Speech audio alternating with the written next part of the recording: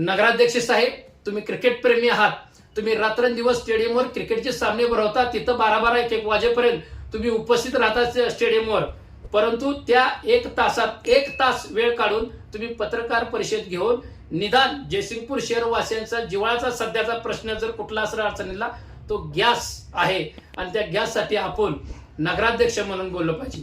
मीही तुम्हाला मतदान केलेलं आहे नगराध्यक्ष म्हणून, मीही तुमच्या उमेदवाराला मतदान केलेलं आहे नगरसेवक म्हणून तुम्ही सुट्टीत जाऊन बसला.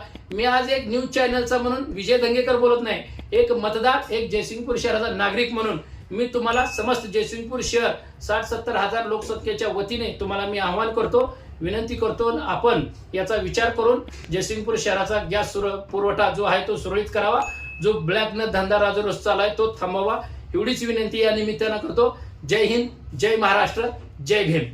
धन्यवाद.